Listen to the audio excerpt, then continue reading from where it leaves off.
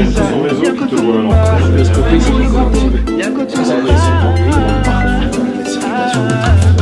Ça s'arrête jamais. J'ai pas eu le temps, mais Assis au milieu de un combat, Bonsoir à tous, bienvenue à la FNAC Montparnasse.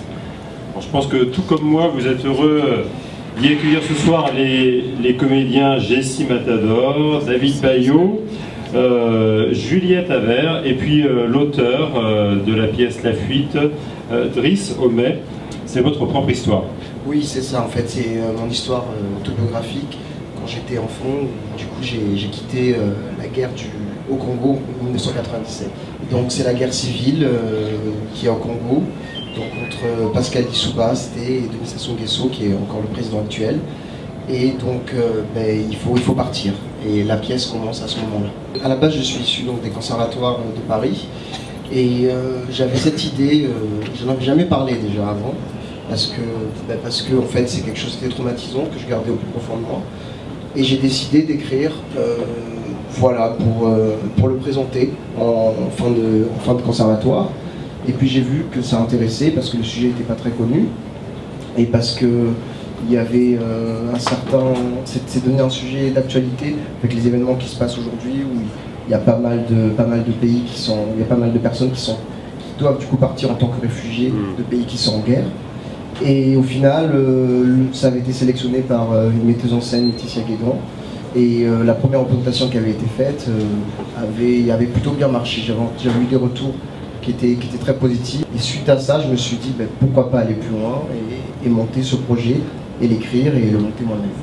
Ce que vous racontez dans la pièce, donc vous avez 10 ans en 97, on a l'impression que votre famille et vous, cette guerre civile leur tombe dessus alors qu'ils ne s'y attendaient absolument pas. Personne ne s'y attendait parce que le président en place, donc Pascal Lissouba, décide d'encercler la demeure de Denis Sassou Nguesso, qui est maintenant le président actuel. Et en fait, il était préparé. Il était préparé parce qu'il avait déjà une armée en place. Et donc en fait, ce conflit se préparait déjà à l'avance, mais personne vraiment ne le voyait arriver. Et ils ont décidé de riposter. Et très vite, l'aéroport a été bloqué. Très vite, la situation n'a plus été contrôlée. Déjà, il n'y avait pas les médias comme maintenant, où il y avait Facebook et les réseaux sociaux. Donc, personne, en fait, n'était au courant. Et on avait été réveillés, moi je me souviens de ma famille, par les bruits des obus, les bruits de balles.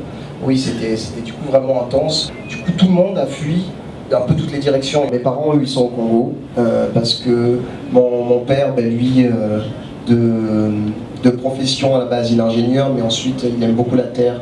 Donc il est fermier, il a créé sa petite ferme. Et donc lui, il a toujours été amoureux du Congo, malgré la guerre. Il était même venu quelque temps, mais lui, d'ailleurs on le voit dans la pièce, il n'a jamais voulu quitter le Congo parce que pour lui, c'est son pays, sa terre. Et ma mère, elle, du coup, qui est médecin humanitaire, et donc dès qu'elle a pu, elle a élevé jusqu'à mon petit frère qui était le dernier, qui est rentré. Mais ce qu'elle a toujours voulu, c'était rentrer auprès de mon père. Et elle a beaucoup souffert de cette séparation. Et après, en fait, elle a été bloquée. En fait, on a été séparés quand même pendant 7 mois. J'avais pas eu de nouvelles de mon père. On savait même pas, en fait, c'est quelque chose qui est assez compliqué parce qu'on sait même pas si du coup il est mort ou s'il est en vie, dans quelle situation il est. Donc on peut juste qu'espérer, qu'attendre des nouvelles. Elles sont arrivées, heureusement, du coup, par la suite. Mais du coup, dès qu'elle a pu, elle est rentrée. Donc ce qui est dommage, j'espère qu'ils pourront venir, parce qu'ils n'ont pas encore vu la pièce. Ils n'ont pas encore vu la Je viens pièce. de spoiler la fin, quoi. Est-ce qu'ils vont mourir ou pas? Je viens de tout spoiler. Ah mince, bon. Je me suis pris vraiment une claque, mais je le dis vraiment en toute sincérité. Le propos est quand même assez dur, mais déjà la pièce est très bien écrite, c'est vous qui l'avez écrite, c'est très, très joliment écrit. Les comédiens sont très rafraîchissants, donc comment vous les avez réunis et comment vous avez fait votre casting? D'abord, antérieurement, il y a Juliette Avert, ici présente, et Baudouin Sama, qui avait été du coup choisi par Laetitia Guédon, la metteuse en scène, que j'ai trouvé très intéressant de reprendre avec eux, parce qu'ils jouent très bien, ils s'étaient très vite appropriés les personnages et l'univers qu'il y avait à ce moment-là. David, c'était sur un coup de cœur, je l'avais déjà vu en fait avant, on avait fait un court-métrage ensemble, d'autant que David en plus est du Gabon, et qu'on a pu échapper à cette guerre et venir en France grâce au Gabon. C'était aussi une dédicace. Djilsi, donc ça va être une nouveauté, il rejoint l'équipe. Alors Djilsi, il est du Congo, donc c'est pour ça que c'était important. Je voulais en fait un chanteur, Il y a aussi une formation de comédien.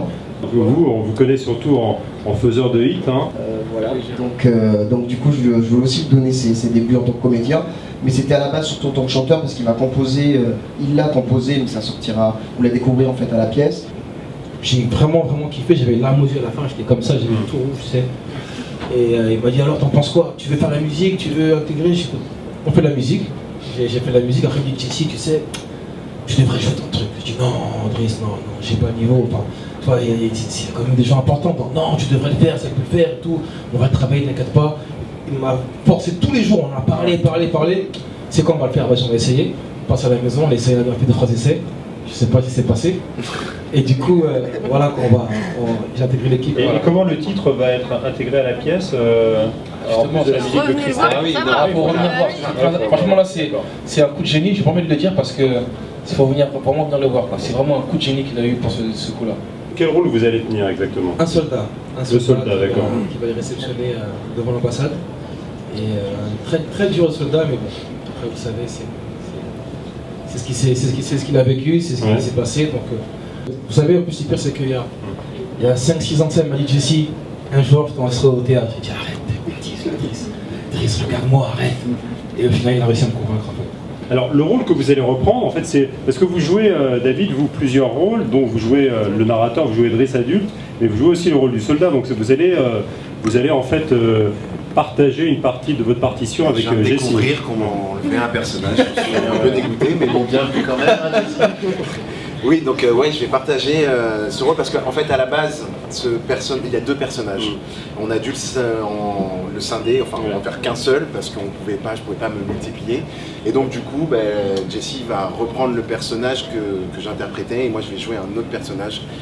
Alors, Driss l'a dit, on vous a découvert dans le rôle de Douad Sangar en 2009 dans la série Plus belle la vie. Jawad. S'il vous plaît. Jawad. Qu'est-ce qui vous a séduit dans la fuite et dans la rencontre avec Driss? En fait, avec Driss, on s'est rencontrés sur un court-métrage, comme il l'a dit, et c'est vrai qu'on s'était tout de suite bien entendus. Et on s'est recroisés il y a 2 ans, je crois, et il m'a dit David, il faut absolument que je fasse un projet. Et je lui ai dit écoute, très bien, envoie-le-moi. Il me l'a envoyé, je l'ai lu, et en 40 minutes, je me suis dit non mais oui, c'est exactement ça qu'il faut que je fasse. Et ce n'est plus un projet, ce qui était un projet il y a encore quelques mois, aujourd'hui, une vraie réalisation, et voilà, on est fiers de le porter. En tout cas, Juliette Avert, vous, donc vous jouez le rôle de la maman dans cette pièce, donc une pièce intime, intimiste, hein, et pourtant vous ne jouez pas que dans des projets intimistes, puisque on peut le dire quand même, vous avez participé à la série Versailles sur Canal+, qui est juste la plus grosse série française en fait produite. Donc en fait je pense que de l'univers de Versailles à l'univers de la fuite, il y a vraiment... Oui, en effet, c'est très... Mais honnêtement, je pense que c'est vraiment pour ça que j'ai choisi ce métier aussi, c'est que mes semaines ne se ressemblent jamais. Vous êtes française, néerlandaise, suisse, donc 3 pays d'origine. Pourtant, est-ce que vous aviez déjà entendu parler de l'histoire du Congo et de l'histoire de Driss, l'histoire qu'a vécu Driss Sommet? Non, mais justement, je ne connaissais absolument pas l'histoire, donc j'ai dû aussi faire tout un travail de recherche, me documenter sur toute cette histoire pour que ça puisse aussi nourrir le personnage. Et donc, en effet, pour ceux qui ne comprendraient pas, je joue une femme congolaise, comme ça se voit. Et c'est vrai que quand au conservatoire, vu que c'est là que Driss est venu nous chercher avec Baudouin, quand on nous a dit qu'on allait faire une pièce sur la guerre, je me souviens qu'au début on s'est dit bon, une pièce sur la guerre, encore une, ça va être larmoyant, ça va être triste. Donc déjà on était heureux quand on a lu la pièce parce qu'on s'est dit bon en fait enfin une pièce qui parle de la guerre de façon en fait joyeuse, vu que c'est raconté à travers les yeux d'un enfant de 10 ans, donc assez naïf, et puis ses parents qui essayent de détourner un peu la vérité pour qu'ils ne voient pas toutes les horreurs qui se passent.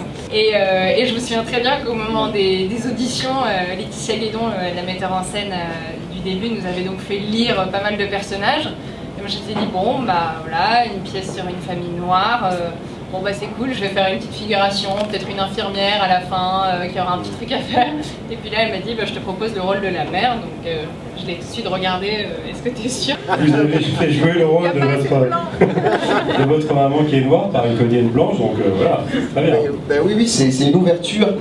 Ça, j'ai trouvé très sympa, notamment parce qu'à l'origine, dans le théâtre asiatique, c'était les hommes qui jouaient des femmes, les femmes qui jouaient des hommes. Voilà, il n'y a pas besoin de connaître l'histoire du Congo pour venir, aussi parce que cette pièce, c'est pas sur le Congo, c'est plus généralement sur la guerre et sur une famille et sur l'amour et comment réussir à survivre dans ces conditions de guerre extrême et il n'y a plus de vol et on est obligé de traverser un pays à pied alors qu'on a 2 enfants, comment on va faire, on est dans la jungle. Et je veux dire, en soi, ça pourrait...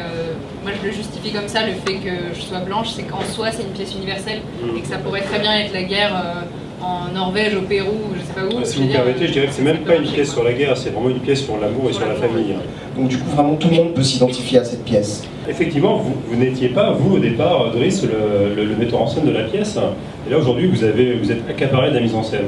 Alors, vous avez une mise en scène assez minimaliste, très proche du public. Comment vous l'avez inventée, cette mise en scène? L'idée que j'ai fait de faire cette pièce minimaliste, c'était parce que c'était vraiment important pour moi qu'on entende le texte. Et puis surtout, je voulais faire une rupture parce que c'est une pièce contemporaine. Je vais faire aussi une rupture avec les pièces qu'on a l'habitude d'aller voir où c'est très décoré. Je voulais vraiment du coup que le public soit proche. Et j'ai dit, on va même aller jusqu'à jouer sur ça. Donc du coup, j'ai même enlevé complètement le décor. Je les ai fait s'habiller de la même manière, donc en blanc noir, qui est plus différence. Et je voulais vraiment que le public, quand il vient, s'identifie vraiment à une famille et oublie tout le reste, et que chacun puisse créer son imaginaire.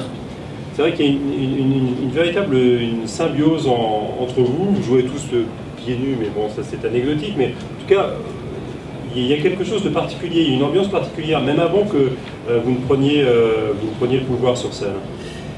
Il y a une ambiance en fait. Oui, enfin je pense qu'il a réussi à nous réunir et à créer vraiment une famille. Parce que c'est vrai que maintenant, moi je les adore, hein, mes copains là, bienvenue Jessie. Attention, on va falloir te battre. Et à travers ces mots, à travers cette mise en scène très sobre et cette proximité avec le public, nous on était très heureux, quoi. Et on est vraiment content de pouvoir encore la jouer et qu'elle perdure encore à travers des siècles. Est-ce que vous avez des sources d'inspiration au théâtre?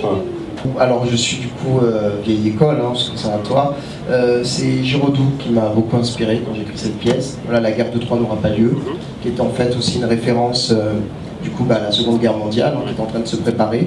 J'ai beaucoup lu en fait cette pièce quand j'ai décidé d'écrire La Fuite. Et c'est très difficile en fait quand on écrit une pièce de théâtre parce que l'imaginaire, il faut réussir à le créer qu'à travers des dialogues. Donc il faut en même temps qu'il soit très simple, parce que si on a trop, on ne peut pas laisser la place à l'esprit. Et en même temps, s'ils ne sont pas précis, les gens ne peuvent pas imaginer. Donc ça m'a pris du temps, j'ai quand même mis une année à l'écrire. Ensuite, je me suis totalement... j'ai quitté ensuite le milieu donc, théâtral, et j'ai regardé ce qui se fait récemment. Je sortais en fait, et j'allais voir les spectacles qui étaient très rythmés. C'est ça qui m'a donné cette idée d'apporter cette musique, ce rythme avec les comédiens pour arriver dans des pièces très contemporaines où en fait le public est pris en fait du début à la fin et n'a pas le temps de souffler. Ce nouveau style de théâtre qu'on commence à appeler le théâtre haletant en fait. Plusieurs fois, le public, j'ai entendu à comparer à la pièce Le porteur d'histoire d'Alexis Michali. Il y a toujours ce rythme avec un accompagnateur qui apporte. Il se trouve que Christophe, du coup, qui a des origines aussi camerounaises, maîtrisait très bien ça. Ensuite, c'était aussi parce que je voulais pouvoir accompagner les scènes et donner un rythme aux comédiens. En fait, j'écris une sorte de symbiose entre le musicien et les comédiens. Et que du coup, il y a un moment, c'est eux qui sont portés par la musique et qui suivent, et à un moment donné, c'est eux qui prennent le dessus et c'est Christophe qui s'adapte à eux. Donc à chaque fois, ça change, ça bouge. Oui, même si la musique reste la même, l'interprétation, j'interprète différemment par rapport au jus du comédien ou de la comédienne.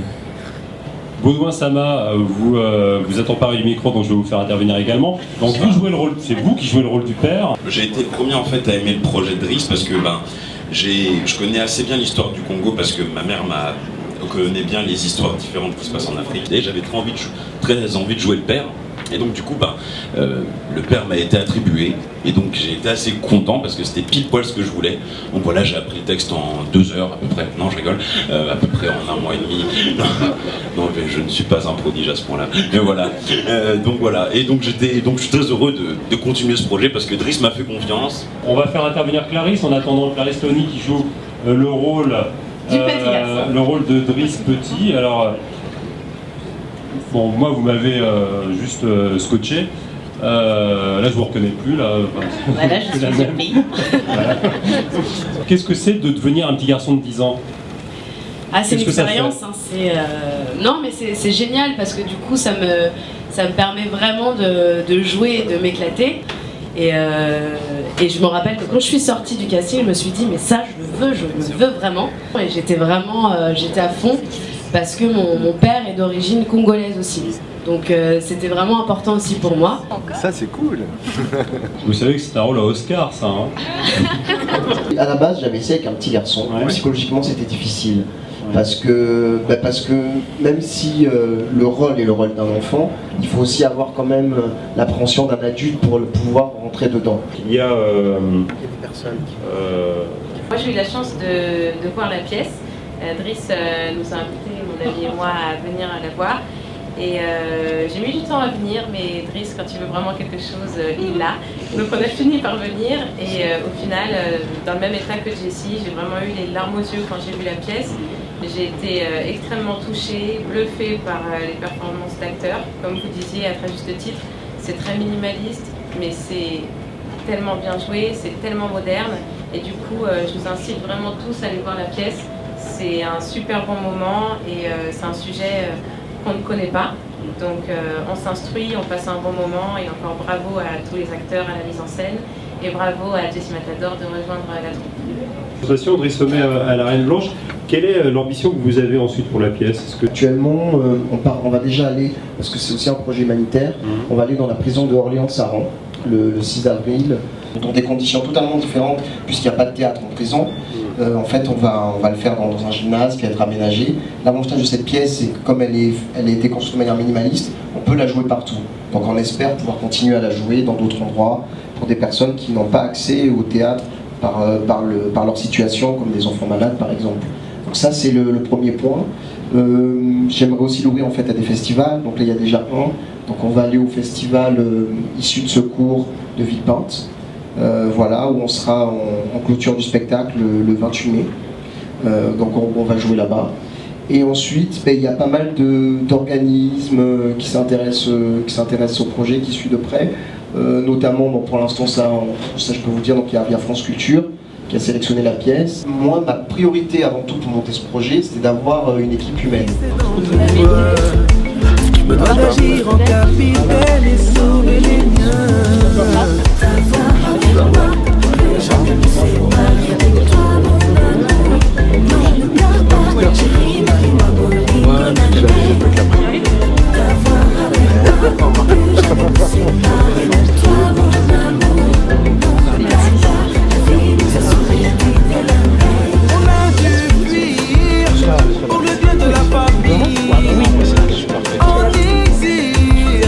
Traverser la famille. Après la jungle et les camps de réfugiés, Alexandrie, on va devoir se quitter. Mais c'est promis, je viendrai après la calmie. C'est beau. Je vais vous laisser le mot de la fin, Driss, quand même.